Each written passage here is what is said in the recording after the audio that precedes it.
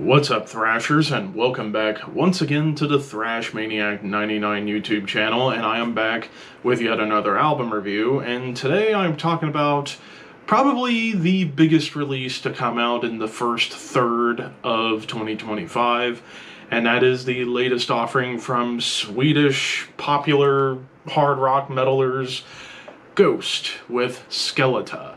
This comes out on April 25th on Loma Vista Recordings, and this is the band's 6th studio full-length overall. I have, of course, reviewed their most recent album, Impera, and I thought it was a pretty fun, good listen.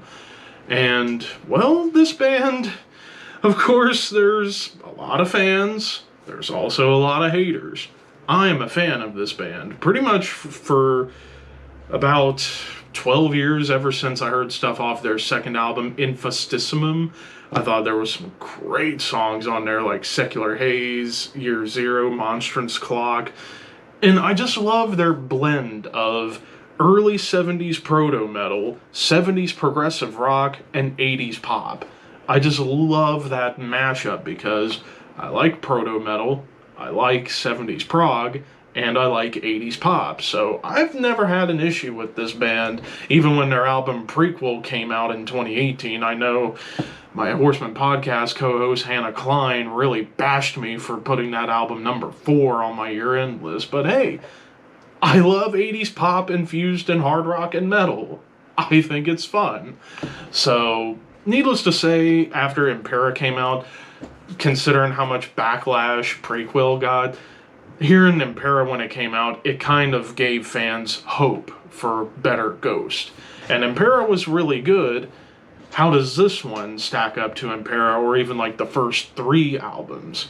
Well, we kick things off with the song Peacefield, and this one, right away I kind of get a lot of nods to like 80s glam metal, kind of like Motley Crue and maybe even a little bit of like Dokken at times, because like the melodies pretty much peppered in across the board definitely has like an 80s metal vibe or an 80s hair metal style, but done with much better appreciation and done with more thought and heart behind it, as opposed to just writing it out of your dicks.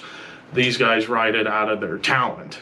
Well, I mean, Tobias, and of course, guest guitarist on this album, Fredrik Åkesson from Opeth, which he also apparently did the guitar work on Impera, so this is his second album in terms of being a session musician.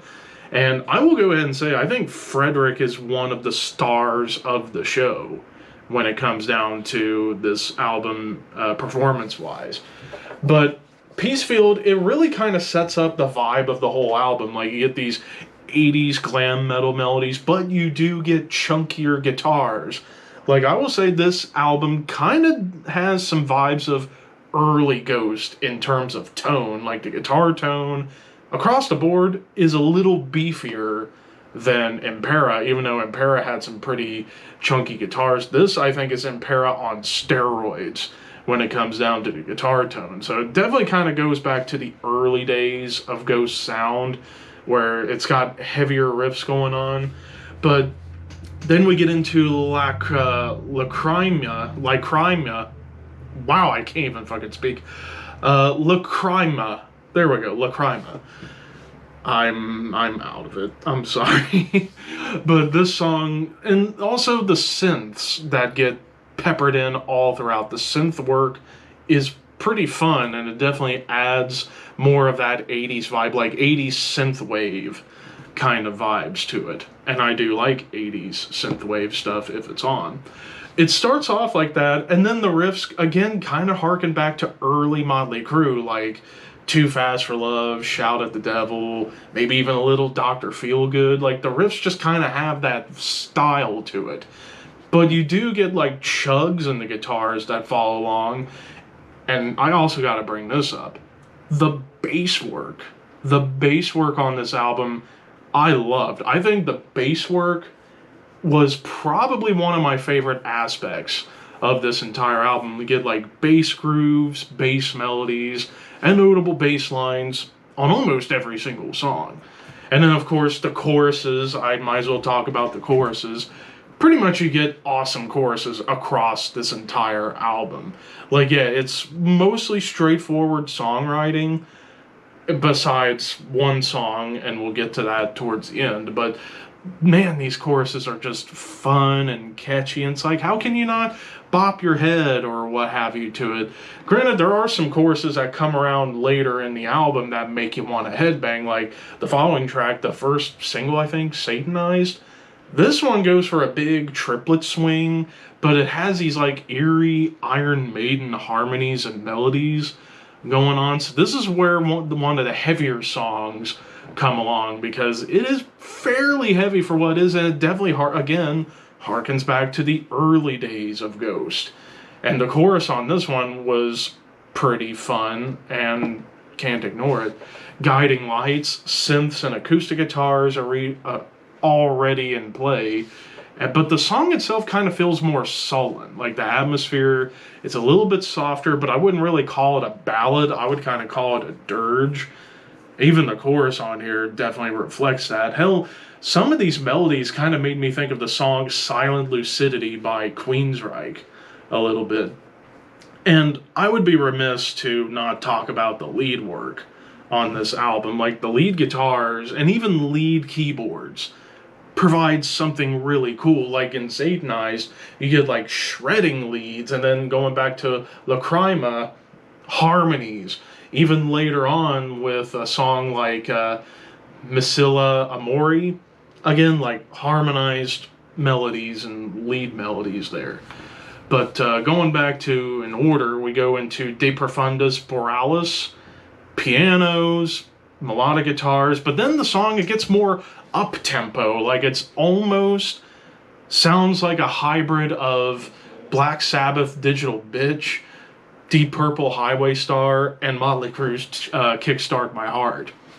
It's like they're trying to write their own version of something like that, which, excuse me, which I thought was pretty fun. And also the lead work here, it's harmonized and awesome.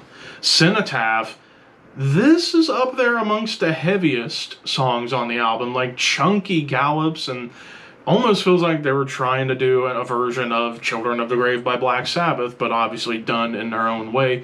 It's just like the rhythm and like the gallops and the little chugs kind of made me think of that song quite a bit, but I do like how whimsical it gets.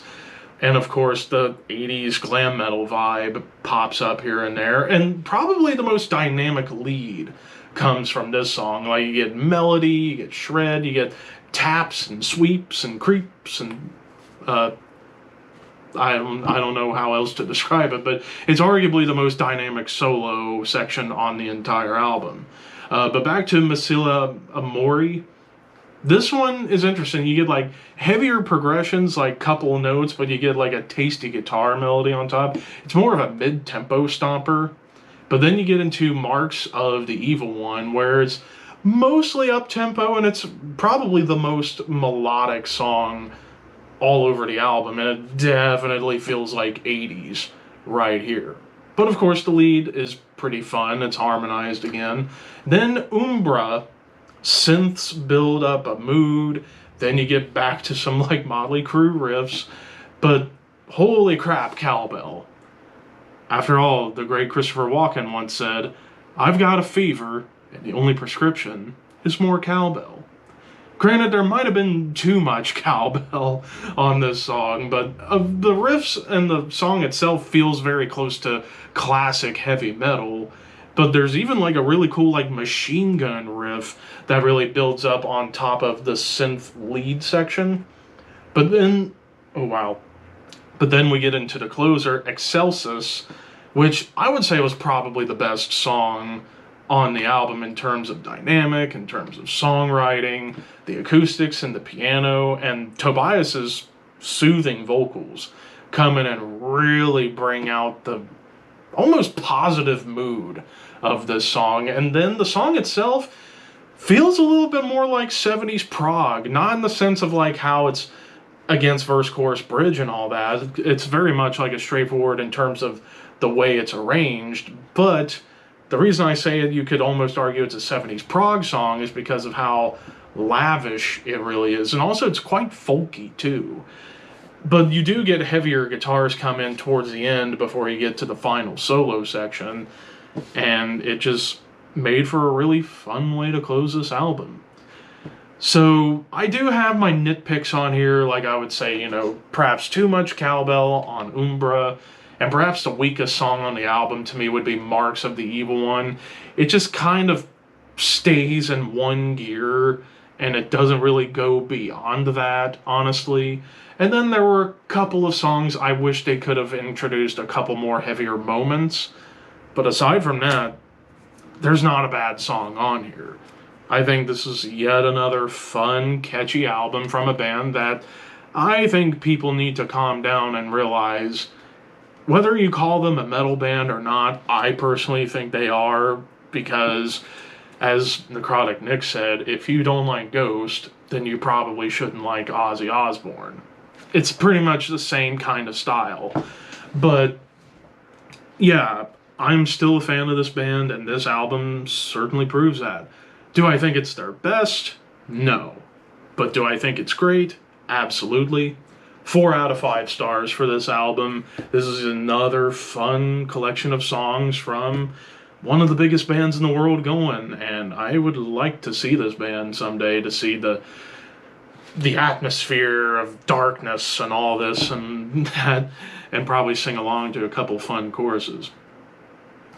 But of course, those are just my opinions. What did you guys think? Let me know in the comments below. Don't forget to like, comment, share, subscribe, all that fun stuff. But until next time, thank you for watching. Keep your horns high and your dreams wet.